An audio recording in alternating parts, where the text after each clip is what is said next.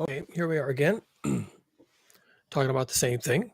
I guess this is just going to become a daily ritual, right? At some point, I'm just going to have to do this every single day. Fine, fine. If that's what it takes, I'll just do this every single day.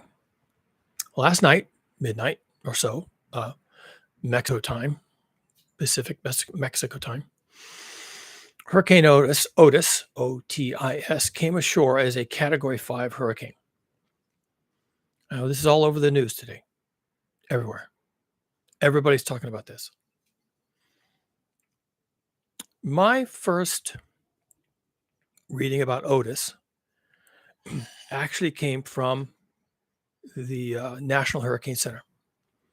I read one of their bulletins. It was issued at 11 p.m. their time. And the first three words on the bulletin was enough. I read the rest, but the first three words were enough. A nightmare scenario. A nightmare scenario. Now, I'm going to do a little bit of wordplay here. Everything that happens from here forward is going to be a nightmare scenario. Now, you might even get used to nightmare scenarios. It could be that you need a bump in your nightmare to actually qualify as a nightmare scenario. Well, that's going to happen too, okay? The nightmare scenarios can get a lot worse, and they are going to. So the National Hurricane Center, one of the more conservative government agencies, I mean, they're meteorology, right? When was the last time you saw a meteorologist losing their mind over weather? Not very often. They get excited by the snow. They get excited by the rain. They get excited by the wind. But they don't come out and say, this is a nightmare scenario. Not very often. In fact, I don't think I've ever heard that, ever, from a meteorologist. So they were calling it a nightmare scenario. Now, I talk about global heating on this channel. I talk about that we're in big trouble. I don't even know how else to say it. I was talking to my wife this morning. I was saying, I just can't find the right words in the English language to really express how fucked we are. But, the NHC kind of did it. Nightmare scenario. That was their words. That's what they came up with. And by the way, right now, it is a little after 1 o'clock my time in the afternoon, my time. We still don't know what the situation is in the area where Otis came ashore. Acapulco, I think, is the biggest city there. Although if you're familiar with that region, you could probably find other cities and towns that you might be interested in. But we don't know. We don't know what happened. It's already a nightmare scenario. We don't know what happened. It's a major tourist spot. You can just imagine. I mean, I don't know. I've never been there, but you can just imagine lots of electrical infrastructure, cell phones, internet. I mean, they got everything, right? People want all those things when they're vacationing in their resort spaces. And so they're going to have all that stuff. Well, they don't have anything. Nothing. They got nothing. Nobody knows what's happening in Acapulco right now. They can't get in. No one can get out. That means they have no electricity, no food, no water, no medical treatment. It's a city of 800,000 people, which is a lot of people. Again, it's a very popular tourist attraction, tourist spot. So a certain amount of those people are permanent, expatriates who just live there all the time because they liked it. They vacationed there and they moved in. And a certain number of them are tourists. It could even be 1 million people at different times. This was not Otis is interesting. Here's what makes Otis a nightmare scenario. Otis is not a nightmare scenario because it was a Category 5 hurricane, although it was a very powerful Category 5 hurricane. It didn't just barely dip into Category 5. It was right there in the groove. That's not what made it a nightmare scenario, although that's pretty bad. What made it a nightmare scenario is that earlier in the day, when people came home and settled down to their family routines of eating dinner, getting the kids washed and ready for bed and all that, Otis was coming into ashore as a tropical storm. And maybe it would intensify close to landfall to maybe a Category 1. Category 1 storm, a hurricane is, I think, 80 miles an hour. Tropical storms are up to, 75 miles an hour, which you don't want to mess with. But, a category one hurricane is sort of a glorified tropical storm. And, Mexico gets a lot of tropical storms. They're a tropical, southern Mexico in particular is what we're talking about. You get a lot of tropical storms. So it was going to come ashore as a tropical storm, maybe a category one hurricane. And then everybody went to bed. At 1 o'clock in the morning, Hurricane Otis came ashore as a category five hurricane. They don't call it rapid intensification. There is such a thing as rapid intensification. And some of our worst and most destructive storms in the US have done that. They really catch people off guard. They're looking like one type of a thing, and when they come ashore, it's worse. Okay. There is a thing called rapid intensification. Once again, language fails us. The meteorologists are scrambling around looking for superlatives. What kind of intensification was this? Can't call it rapid because that actually has an official definition. It's way beyond that. This is like, they were calling it explosive intensification. That this thing went from, at worst, a low level category one to a high level category five before people got up in the morning. But that's not the nightmare scenario. I mean, that's bad. And why is that bad? That's bad because the people were already in bed by the time the emergency officials, who were also in bed, okay? I mean, they clock out at some point, right? They go home. Realized they had a problem. The nightmare, and that is the nightmare scenario. The nightmare scenario is nobody knew this was going to happen. It happened. Nobody knows why it happened. And really, I got to tell you, no one even knows how it happened. This happened, and I think right now they don't know how. They don't know how this happened. And that's the nightmare scenario. And that's what I was trying to say in my earlier videos, where I'm saying something is broken. Something is broken. If you're going down the freeway and your brakes failed or something like that, you'd have to fight with your car. You'd use the handbrake. You'd pull off the road, things like that. You could probably cope somehow, right? But if you're going on the freeway in your car and your front wheels fall off, then you have it's broken. The mechanisms just aren't there to understand what's happening, to deal with this or cope with this at all. And something in our climate system, many things probably have broken, and they will likely stay broken. And maybe the breakage comes and goes a little bit at first, but we are in a situation where the Earth dynamic system is coming apart at the seams. It's coming apart. And it's hard to know in advance how that phenomenon of the Earth system flying to pieces, how that's going to manifest. But we've been seeing hints. We've been getting indications that this thing is flying to pieces. The events in the Antarctica regarding the sea ice meltback and regrowth, which basically didn't happen. This is highly alarming. People who study these systems, of course, it's in the South Pole, so there's not many people, right? And there's no news organizations. So the people who study this system are losing their minds. They're like, what is that? What is this? This should be impossible. They'll be using words like that. What we just saw is impossible. And what just happened with Otis, in theory, is impossible. Now, it just happened. So you can't actually say that.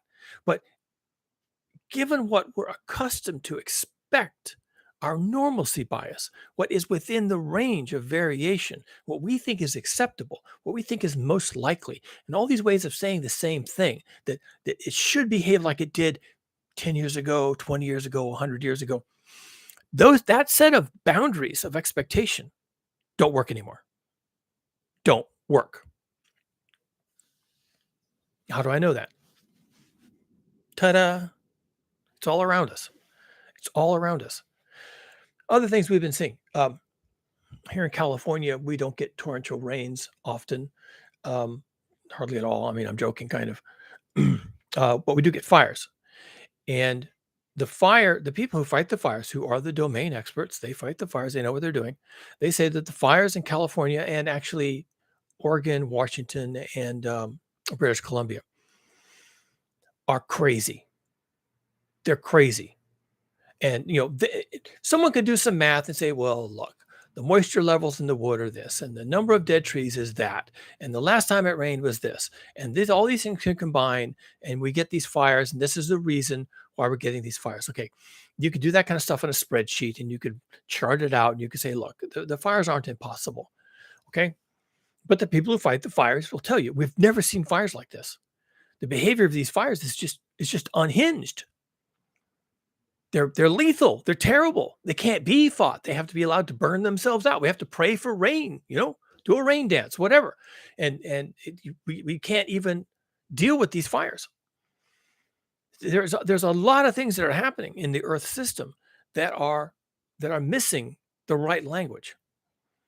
And they're struggling to deal with what happened with Otis. Now, when I'm listening to the news, I hear them say things like, well, what went wrong? What went wrong? There's at least two things that can go wrong. One, your predictive power of your models is not as good as it used to be. It just doesn't work anymore. So your models are wrong. Now, they could maybe update their models. Took them 2 or 3 years maybe to get their models to work differently so that something like Otis won't catch them off guard again. But maybe not. Maybe they can't. Maybe this is so far off the edge that they can't actually create computer models for forecasting a storm like this. It could just be that the physics just doesn't work anymore. That they would have to make so many fundamental changes to something that kind of works already, but they would have to make so many deep fundamental changes that they break the model for other uses. They may not even bother trying to fix their model, quote unquote, their model to be able to adequately predict something like Hurricane Otis. So that's one thing that went wrong. The other, of course, the other thing that went wrong is something is broken in the system. These storms just don't behave like they are expected to. They thought they had a good prediction. I saw a chart. I can't pull it up. I'm not even going to bother to. But they were showing the model runs predicting the intensity of the storm over a period of hours or days. And the intensity, it went up a little bit and then it started to go down. And all these models they run, there's a dozen models or so. They're all slightly different. And they show the hurricane becoming a little more intense and then it drops off. Okay. And, it was looking more like a tropical storm with maybe a little extra kick. What actually happened, though, was from the point when they ran their model runs, the line of intensity went straight up. It didn't bumble along and then drop off. It just went straight up. That's what actually happened. They can't fix that. They can't fix that. They can't fix that. They're not going to fix that. This is going to happen again. Their understanding of physics, their understanding of Earth dynamics, their understanding of past weather behavior and the Earth system behavior, their understanding of all these things, all of which goes into making these models in the first place, which are good for things that behave themselves. Those models will never work for something like Hurricane Otis. And that's because all their assumptions are now wrong. They're just wrong. Now, their predictive models will continue to work for a little while, and then at some point, they're just going to give up. Well, maybe they'll keep making predictions, but then they'll hedge their bets. It shouldn't be more than a category 1, but who knows? I mean, that could be the last thing on the weather forecast. We're expecting a tropical storm, but hey, folks, who really knows? If you want to board up your house, maybe you should go ahead and do that. Okay. So what is the point? What is the actual point of pretending that you know what's going to happen? You don't. And this is exactly the sort of thing we expect to see in general when a system like we are embedded in, the Earth system, is dominated by chaotic elements. Now, cyclogenesis, the evolution of hurricanes from tropical storms, cyclogenesis should be well understood. The physics should be well understood. The energy dynamics should be well understood. They're not. Why? I don't know. I used to think they were, but they're not. Clearly, they're not. So we don't understand what's happening. And I, I don't think anyone's going to ever admit that. What I'm here to tell you as a systems analyst, I look at systems, whole systems, okay? I'm here to tell you that this expectation that we know what's going on is done. We're done. And you'll say, well, one cyclone, come on, that's not a big deal. One fire, or maybe it's 50 fires. It's not that big a deal. Things will settle down. Things will get back to normal. What was it that Donald Trump said when he was being interviewed? He says, yeah, it's super hot right now, but you know what? Bet you anything it'll cool off. And that's just the expectation from morons like that. And everyone's a moron. Okay. So they're all going to say the same thing. Well, it's hot in the summer. It'll be cold in the winter. It's going to be fine.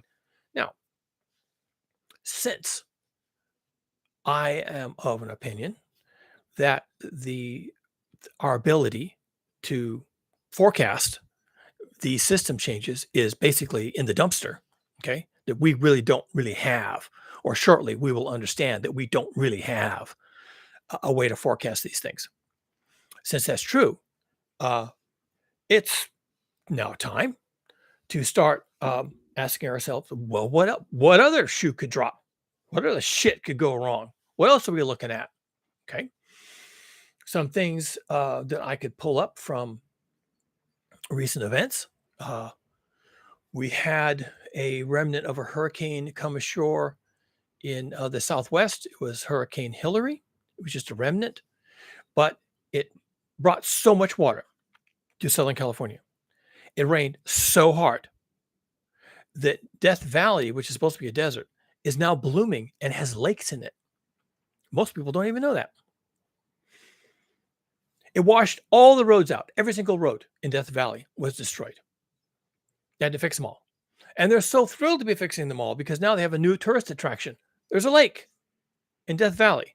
There's wildflowers in Death Valley. Get the tourists in here. They're going to pay big bucks to come photograph the wildflowers growing in Death Valley around the lake. Okay. No one was expecting that. You think they were expecting that? They weren't expecting that. Okay. They weren't expecting that.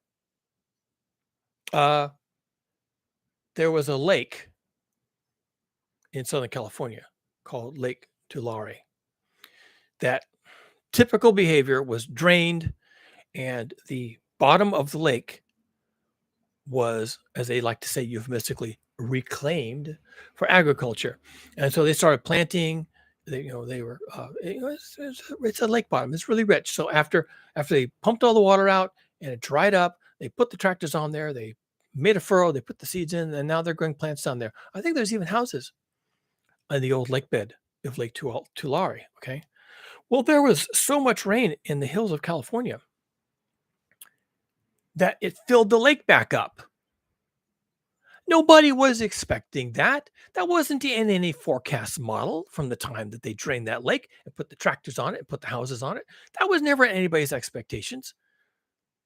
The Kings County or whichever one it is has Lake Tulare in it, issuing permits to farm this land, put a house on this land, put up a barn, put up a shed for the tractors. They wrote permits for all that. They allowed people to do that. They didn't expect that to ever happen. There it is. Lake Tulare is a lake again. And, we might get some more rain, and it could fill up even deeper than it is now.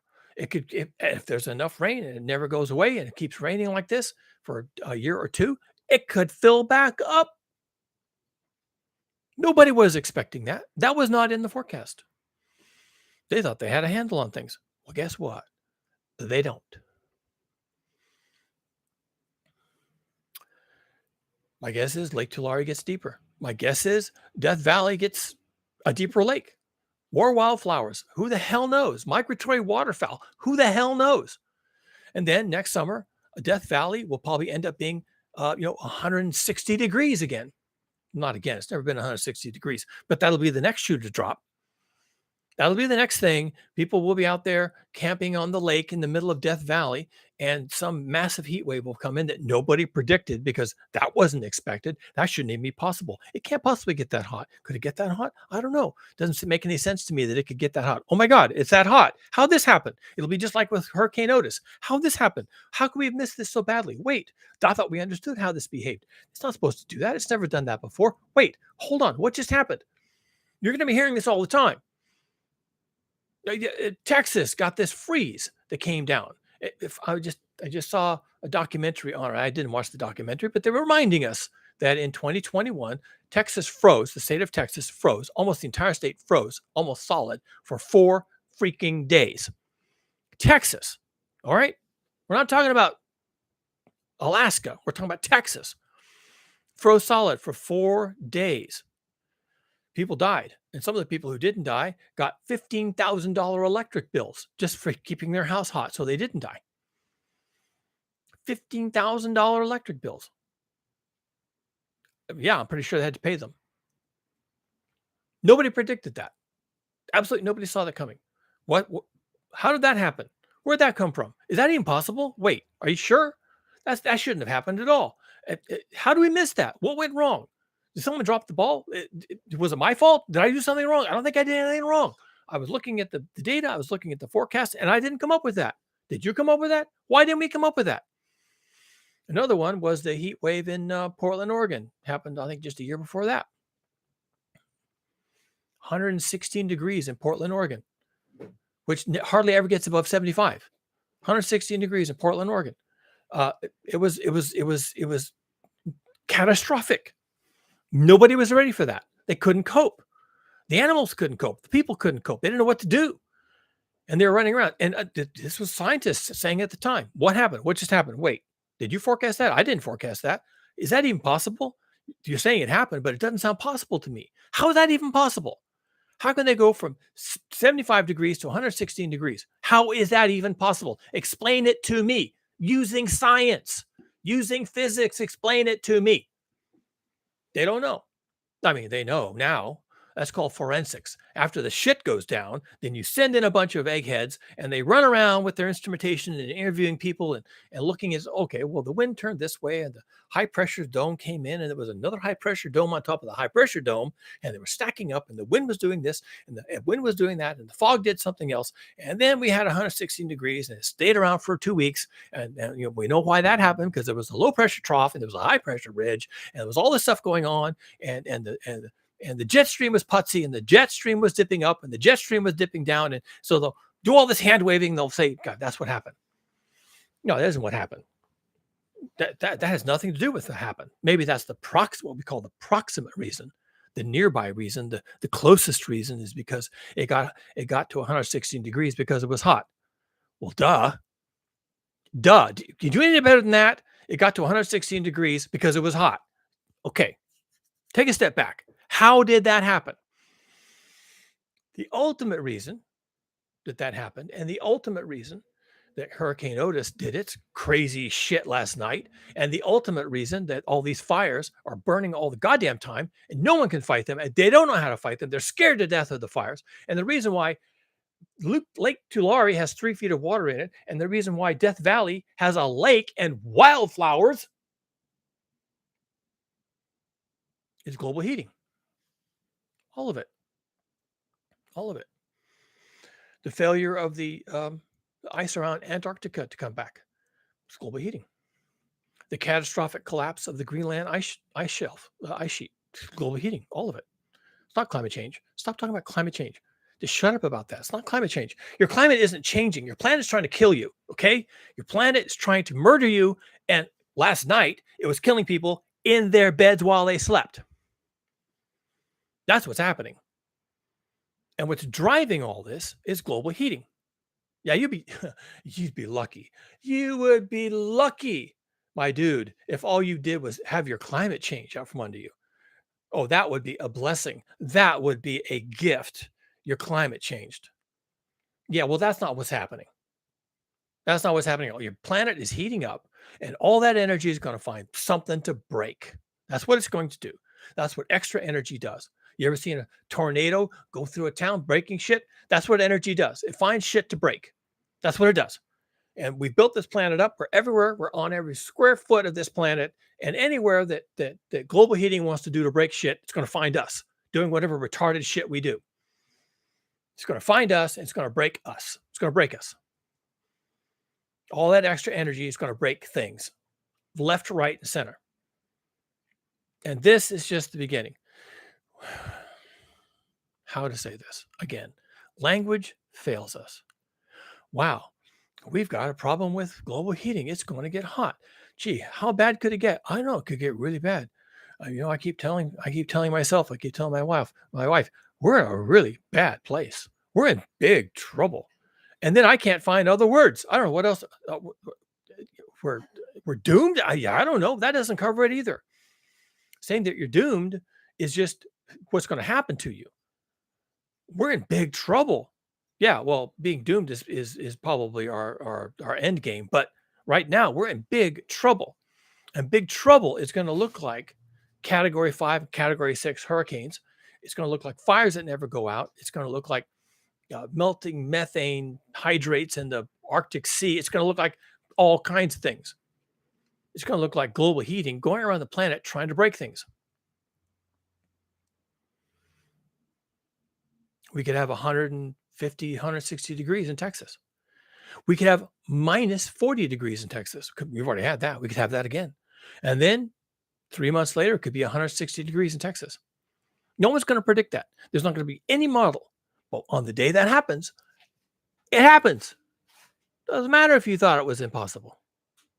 It just happened. On the day when that happens, it happens. And you say, well, it's not going to happen. When it happens, then it did. All right? And you didn't predict it. You didn't understand it. Your models don't account for that. You don't know what happened. You don't know who dropped the ball. You can't wrap your head around it. It just happened. What just happened?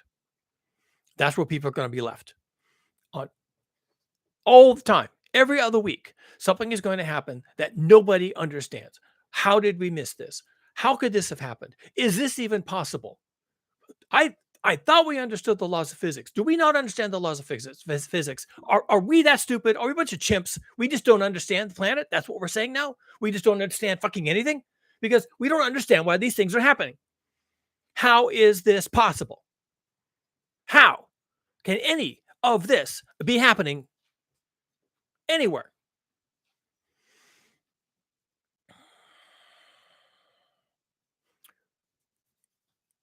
Let me mention something that I ran into in my studies. I'm not doing any of this officially, okay? My perusal, my hobby, my sniffing around, right? It's a cat thing, right? It's a cougar thing.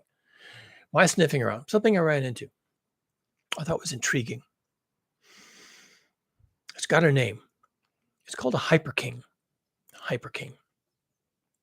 Got a hurricane, and then there's a hypercane.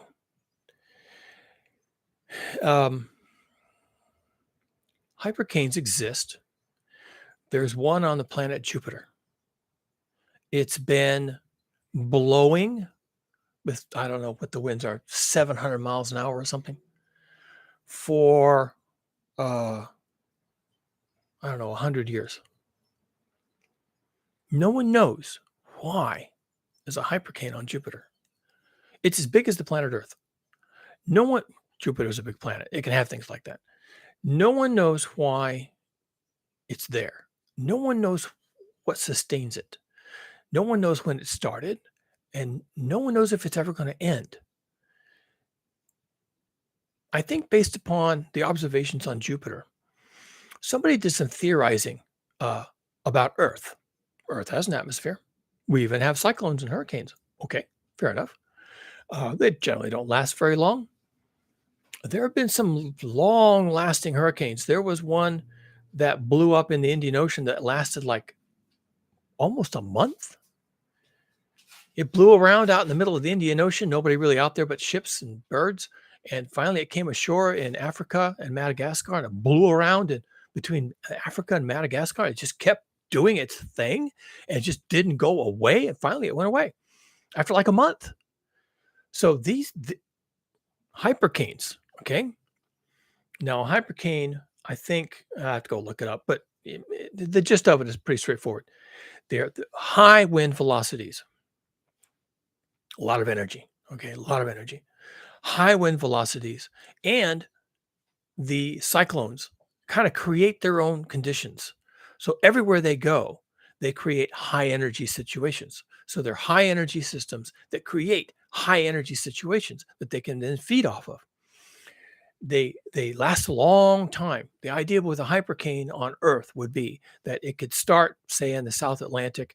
It could cross Florida. It could cross Texas. It could go up into the Midwest. It could leave New England and then go across the North Atlantic and hit Europe and go down through Central Europe and hit the Mediterranean, spin back up again and go across North Africa and hit Spain. That's what these things would be. That's what a hypercane is.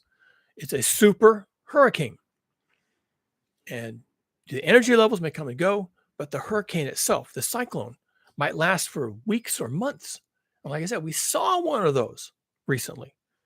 Because it was in a part of the world that nobody cares about, there was no discussion of it. But there it was. Wow. What was that about? I don't know. Was that predicted? No. Did you expect that? I didn't expect that. Do you have any idea how that happened? No, I don't. No idea. Could that happen again? I guess. There it was. We don't know what caused that one. I guess we could have another one. Still wouldn't know what that one was all about.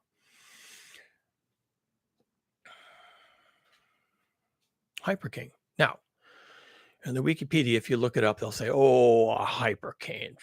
That's a theoretical. Not on Jupiter, it's not. But let's step aside from that. Hypercane, that's a theoretical. Conditions are really over the top for that. You have to have record warm ocean temperatures and really weird stuff going on with the jet stream, and you'd have to have a lot of heat on land and a lot of moisture on land too. You have what they call a brown ocean effect that can actually spin up cyclones. If there's enough heat and there's enough water on the land, it's been raining, you can spin up a cyclone. It's like a brown ocean. Just like the Gulf of Mexico is a blue ocean, you can have a brown ocean. So you have to, all these conditions have to be met, and it's just a theoretical possibility. And it's fun to think about. Maybe it could happen someday. Maybe they used to happen in the past, dinosaur times. Who really knows? I think we're going to get one. I do think. Maybe not this year, maybe not even next year, but we're going to get one. And the reason why I think that is because, for example, right now, the Earth's oceans are experiencing record heat. And you can say, oh, well, that's El Nino. No, it isn't. Yes, El Nino is hot, and El Nino can be responsible for record Earth system temperatures, global average temperatures. But the oceans are hot all by themselves. All the oceans, not just the South Pacific where the El Nino ENSO phenomenon manifests, but all the oceans are hot.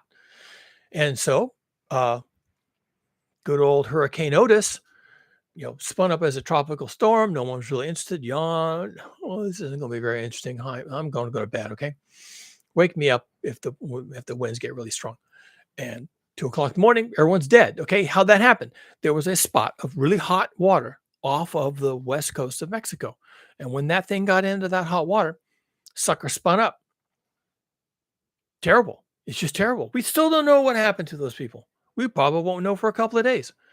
The Mexican government's probably flying in military helicopters and National Guard to try and assess the situation. They'll probably have to fly over for a day before they can even find a place to land.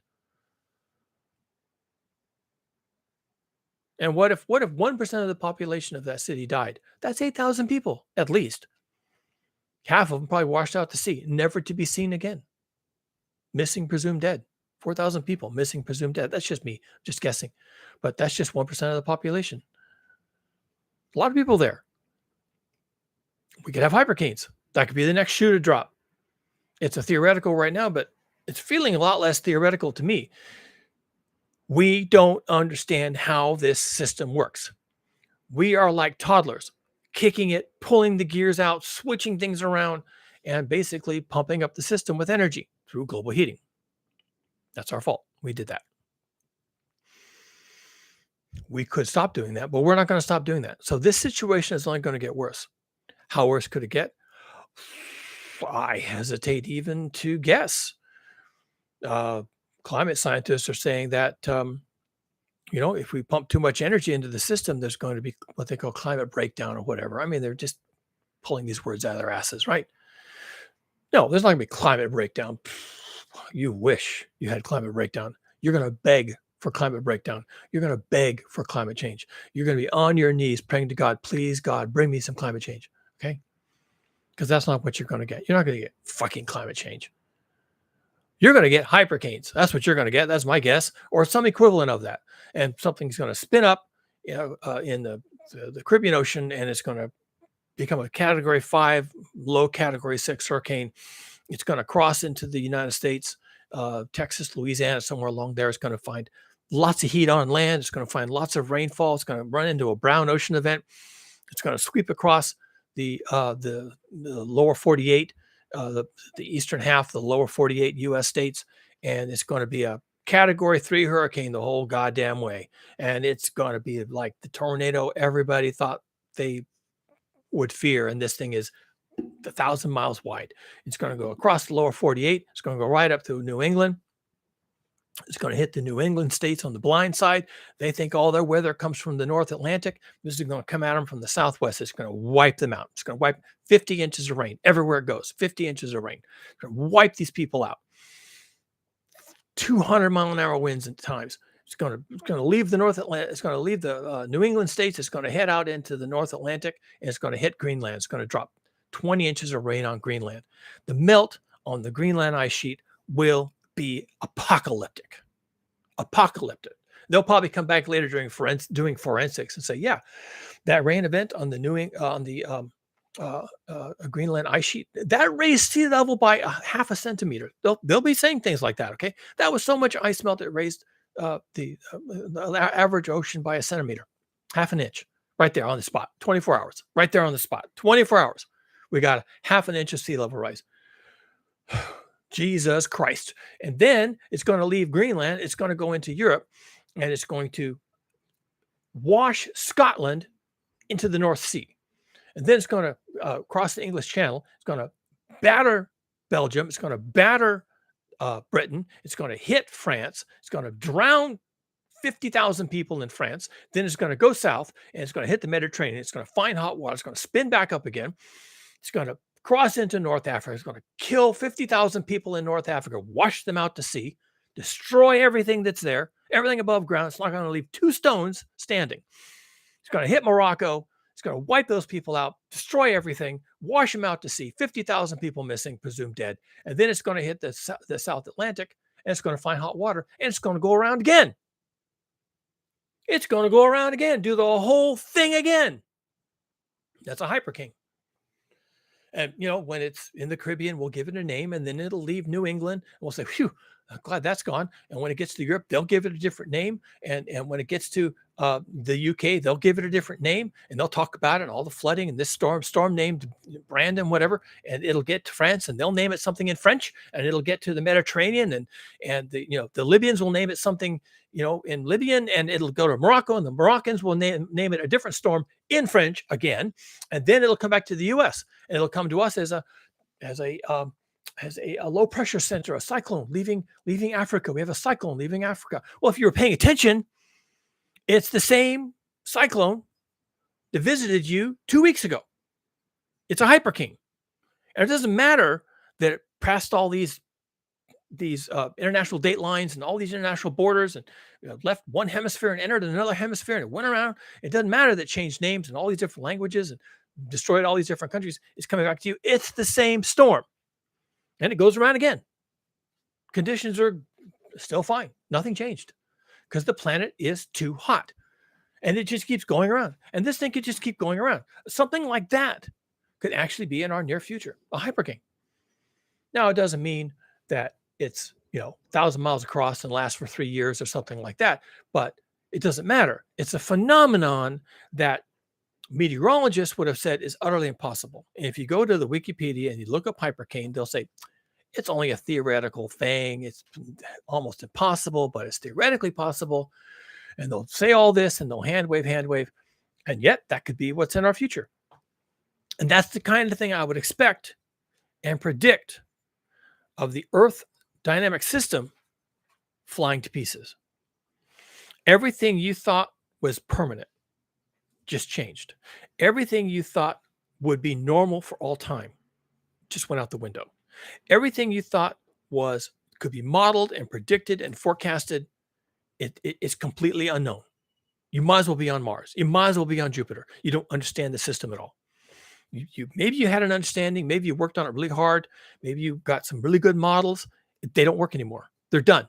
They're just done. Now there's a movie, my wife and I watch it. We like it. The Day After Tomorrow. The Day After Tomorrow. It's cool. It's about climate change, global heating, things like that. The long and the short of it is that too much change in the Earth dynamic system, that's what I'm calling it. They called it something else. Too much change being applied to the Earth dynamic system causes important things to break. And no one knew those things could break. It was only a theoretical that it might break, and the conditions would never be met. So we're not worried about it breaking. Suddenly it breaks. It breaks. And there are reasons why it's broken. And again, forensics, they look back, they say, what just happened? Let's go look. Let's get some people on the ground. Let's figure this out. Oh, look, I think I understand why it broke. So they know after the fact that it broke, but they did not forecast that it was going to break. So in the movie, shit breaks on a big level, on a huge scale, shit breaks. And they get hypercanes, 3 of them. They originate in the north and they come south and they destroy the northern hemisphere. And that's the movie. The science isn't superlative. It's not amazing. I wouldn't expect it to happen like that. But it's their plot. They can do what they want to with it. It isn't. The predictive power of the science in the movie is not interesting. It's there for a dramatic effect. What's interesting is that they are examining what might happen if important things in the Earth dynamic system break, and they do so unpredictably. And I've said in earlier videos that our planetary system is dominated, it's almost certainly dominated, not a few, dominated by chaotic elements or elements that have chaotic behaviors. What happened in the movie The Day After Tomorrow was a chaotic event. Unpredictable. By nature, unpredictable. It is chaotic. That's what that means. Chaotic does not mean it cannot happen. Chaotic means it absolutely can happen, but you're not going to be able to predict it. That's not the same thing at all. Not being able to predict something does not mean it's not going to happen. Every teenager in a 400 horsepower car going down the street at 100 miles an hour, they are absolutely certain in their mind that nothing bad can happen. And then, some dog runs out in the street, they slam their brakes on, they end up being wrapped around an oak tree and they're dead. Okay? Well, you might think it's impossible. You might not have a scenario in your head for how bad this could go. You may not be thinking about how bad this could go. No one may be talking to you about how bad this could go. But somewhere out there is an event, something looking to break, that if it does, things could go sideways real fast, real bad. And that's what the movie The Day After Tomorrow is about. Things going sideways in a big way very quickly. And the funny thing to watch in the movie is that at every step of the crisis, people are saying things like, is that even possible? That can't be true. It must be something else. It's going to take 9 years. What do you mean it's going to take 9 days? That's not possible. It can't happen that fast. It's not physically possible. And of course, the rest of the movie is, there it goes. It's happening. Now, again, the science is not great. That's not the point of the movie. The point of the movie and what they're demonstrating in the movie is we are stupid. We're chimps. I didn't say we weren't clever. We're plenty clever enough to get ourselves in trouble. We're clever enough to build cars that have 400 horsepower, that go 200 miles an hour down the street. We're clever enough to afford those. We're clever enough to give that to our 17-year-old teenager, and we're clever enough to not believe he can wrap himself around an oak tree. That's who we are. The Earth system is something completely unlike that. It doesn't care. It is going to do what it is going to do. And if we don't believe it, that doesn't matter. If we can't forecast it, like Hurricane Otis, that doesn't matter. It just happened. If we don't understand, that doesn't matter either. If we won't understand the next one either, that doesn't matter. It happened. There it is. Again. Oops, it's actually worse than the last time. It's in a different place. It was bigger. It was faster. How is this even possible? It doesn't matter that we don't understand it. It doesn't stop happening because we don't understand it. People didn't understand how things, when you drop them, fall to the earth. They didn't understand. But gravity didn't stop existing just because we don't understand it. And the Earth dynamic system is chock-a-block from one hyperdimension to another, filled with chaotic elements. We don't understand it. We just do not understand it. You can make forecasts for the weather out 3 days. We do not understand this thing. We have great models for hurricanes. We can model hurricanes right down to it's going to land on this beach in this state at this hour, and it's going to have this intensity, and we do really well up until recently. I wonder what that's about. I wonder what changed. Well, I can tell you exactly what changed with absolute clarity and certainty. What changed is global heating. It's gotten faster. It's gotten worse, faster than anybody expected. It's gotten bad to a point where people who were thinking this would take 300 years, and it's taking 3 years, and they're saying things like, how is this possible? Is this happening? Is this really happening? Am I dreaming? Somebody pinch me. I don't get it. How is this even physically possible? Do we not understand the laws of physics? How can these things be happening? Oh, it almost doesn't matter. They're happening. You were wrong. You thought you had a handle on things, and you were wrong. And maybe you were right in the beginning, but now you're wrong. It's like the world suddenly lost its mind. It's like the person you grew up with, your sibling, your parent, whatever, and they were fine and they were normal, and then something happened and they had onset schizophrenia and they lost their fucking mind. And now you don't know them anymore. They don't know you, and you can't trust them, and you don't know what they're going to do. You have no model. You have no working model for how this person thinks anymore because they lost their mind. Okay? So it's like the earth has lost its mind. It doesn't have a mind. It has physics, but it's coming unglued. And when people come unglued, we say, that person lost their mind. They're insane. Well, that's too bad. We have drugs for that. We have shock therapy. We have other things. We have padded cells and straitjackets. We can deal with the person losing their mind. But when the planet loses its mind or the equivalent thereof, Hurricane Otis went from a tropical storm to a Category 5, almost 6 hurricane in 12 hours. That's what happens when your planet loses its fucking mind. We're off the edge of the map, people. You need to stop pretending that you know what's going on, because you don't. I'm here to tell you. You don't. You just don't know what's going on. And nobody you're going to talk to knows what's going on. And I'm talking to you and I'm telling you, I don't know what's going on. But I know that we don't know what's going on. That part, on a higher level, I am now knowledgeable. I know something, and we don't know what's going on. Except that we need to stop burning fossil fuels, and we need to do it. We need to do it 40 years ago. Full stop. Full stop.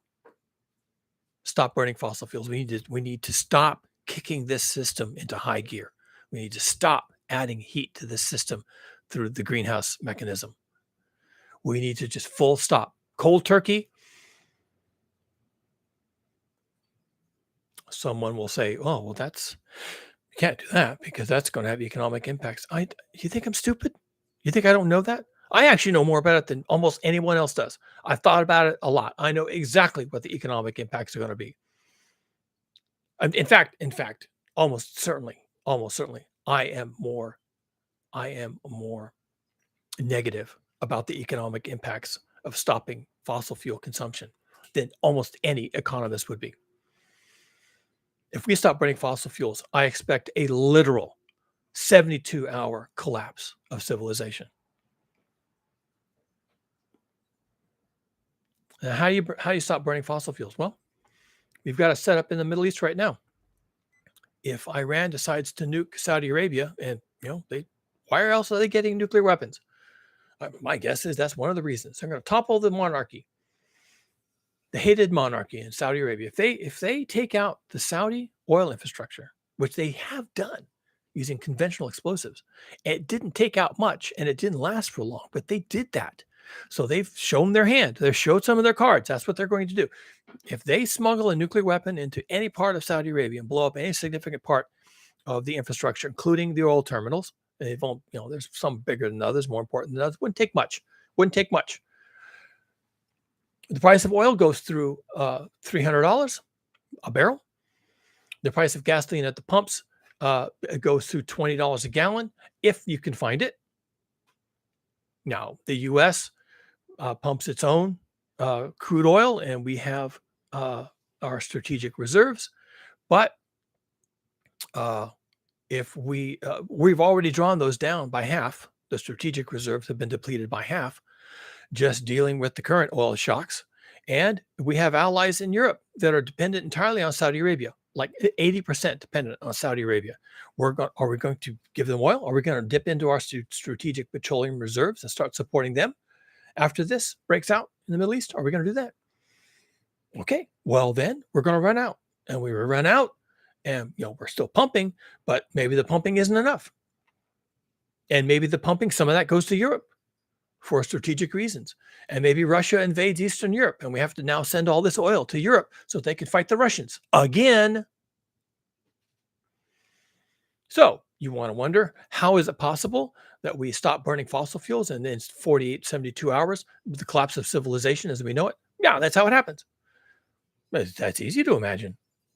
We're on the verge of that right now. My goodness. Everything I just described is already in flight. Everything I just described.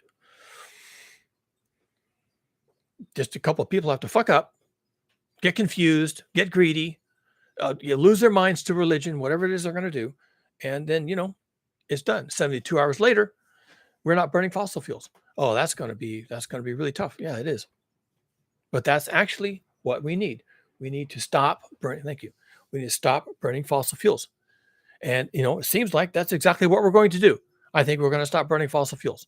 And that's how we stop this problem from getting worse. We stop burning fossil fuels.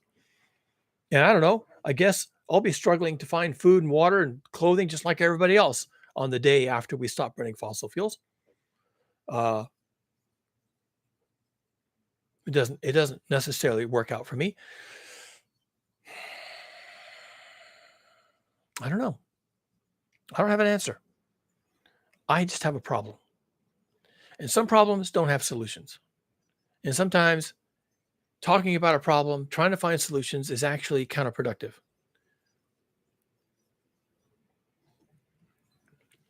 One more example, analogy, and then I'll be done. People used to think the Titanic was unsinkable. Now, that's a statement of physics. If you're going to make statements like that, you better understand the laws of physics. Mm-hmm. You better have your engineering wired up correctly, okay? You're going to make an unsinkable ship. That's a claim. That's a challenge. That's a goal. Okay, let's do this. Let's make an unsinkable ship. And then you say, ship is unsinkable. Marvelous. We all know, of course, that on its maiden voyage, the Titanic hit an iceberg and sank, took everybody with it. That's how this actually works. That was kind of a one-off, but that's how this works too. We're just going to go along thinking everything's groovy, and then something like a Hurricane Otis, except on a monumental scale, is going to come along and sink our ship. Or, something bad is going to happen in the Middle East, and the oil fields become disrupted and in a way that can't be repaired quickly, and there's a big panic, and pretty soon the world is on fire, and civilization collapses, fascist regimes rise up in every form of democracy, and it's war, and it's genocide, and eventually it's cannibalism, and there you go. There you go. That's like built in. I could easily sketch that out. I could easily write a short story. 3 pages. Describes how all that works. And nothing. No aliens from Mars, no meteor, nothing. All us. We did it. We could do the whole thing. We have taken this Earth dynamic system to the edge of breaking. It is rapidly coming to pieces. And we need to get off fossil fuels today. We needed to 40 years ago, but okay, fine. Let's make the best of a bad situation. Let's do it today. We could do that. We need to do that. And I know it's going to be painful. I know people are going to die. In fact, I'll tell you, I've thought about this a little bit, and it's a complicated calculation. I've done the calculation. I've done it in my head over and over and over again. And in the event that we try to save ourselves from global heating and try to save our planet from changing out from under us and murdering us in our beds at 2:00 in the morning, if we're going to try and do that, we leave the fossil fuels out. We have a 99.9% die off of humanity. The calculation is actually really simple. It's based on certain conditions, but yes, that's what it is. Now, we are 8,000 million humans. 99.9% die off sounds like almost 100%, and it is almost 100%. But even at that, there would still be 8 million people.